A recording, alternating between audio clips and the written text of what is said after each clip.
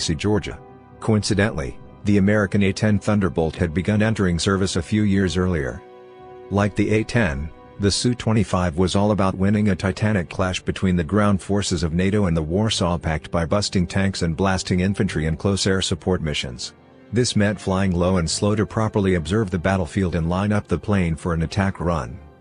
Flying low would also help the Su-25 avoid all the deadly long-range SAMs that would have been active in a European battlefield.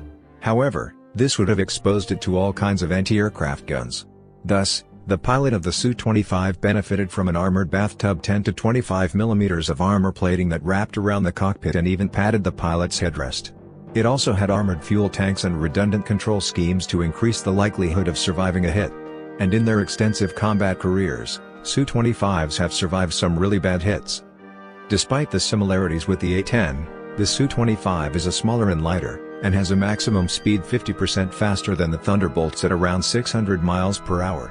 However, the Frogfoot has shorter range and loiter time, can only operate at half the altitude, and has a lighter maximum load of up to 8,000 pounds of munitions, compared to 16,000 on the Thunderbolt. More importantly, the types of munitions usually carried are typically different. The Thunderbolt's mainstays are precision-guided munitions, especially Maverick anti-tank missiles, as well as its monstrous, fast-firing GAU-8 cannon. The Su-25's armament has typically consisted of unguided 250 or 500 kg bombs, cluster bombs and rockets. The rockets come in forms ranging from pods containing dozens of smaller 57 or 80 mm rockets, to 5-shot 130 mm S-13 system, to large singular 240 or 330 mm rockets.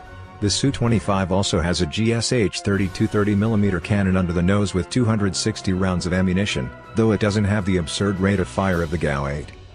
The lower tip of the Frogfoot's nose holds a glass-enclosed laser designator.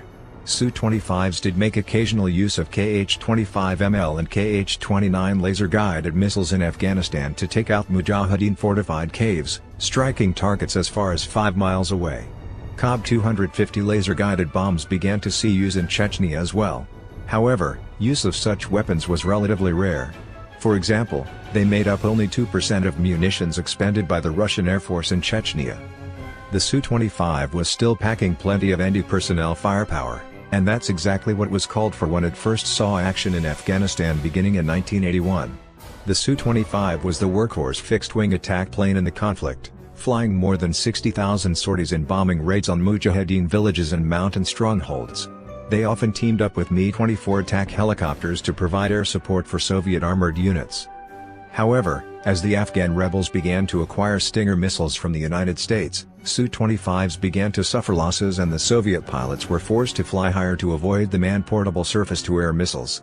In all, some 15 Su-25s were shot down in Afghanistan before the Soviet withdrawal.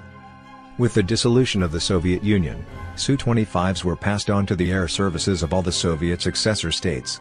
Those that didn't use Su-25s in local wars, on both sides of the Nagorno-Karabakh conflict, for example, often exported them to countries that did. Frogfoots have seen action in the service of Macedonia, Ethiopia, Sudan, and Georgia versus Abkhazian separatists that shot down several. And that list is not comprehensive. In one notable episode, Côte d'Ivoire acquired several Su-25s and used them in its civil war. When the government of President Laurent Gbagbo was angered by the perceived partisanship of French peacekeepers, his mercenary piloted Su-25s bombed the French camp, killing 9. Whoever ordered the attack didn't consider that there was a French contingent stationed at the Yamoussoukro airfield where the Frogfoots were based. The French used anti-tank missiles to destroy the fighter bombers on the ground in retaliation. Russian Su-25 were back in action in the Chechnya campaign of 1994 to 1995, flying 5,300 strike sorties. Early on they helped wipe out Chechen aircraft on the ground and hit the presidential palace in Grozny with anti-concrete bombs. They then pursued a more general bombing campaign. 4 were lost to missiles and flak. They were again prominent in the Second Chechen War in 1999, where only 1 was lost.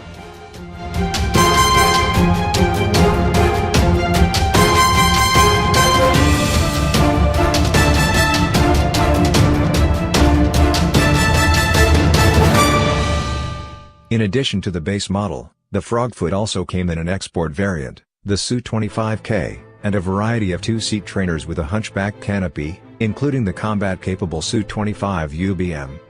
There were a number of projects to modernize the Su-25, including small productions runs of Su-25T and Su-25TM tank busters. But the Russian Air Force finally selected the Su-25SM in the early 2000s for all future modernization. The SM has a new BARS satellite navigation attack system, which allows for more precise targeting, as well as a whole slew of improved avionics such as news heads-up displays, radar warning receivers and the like. The Su-25SM can use the excellent R-73 short-range air-to-air missile, and has improved targeting abilities for laser-guided bombs. Other improvements reduce maintenance requirements and lower aircraft weight. Georgia and Ukraine also have limited numbers of their own domestically upgrade variants, the Su-25KM and the Su-25M1 respectively.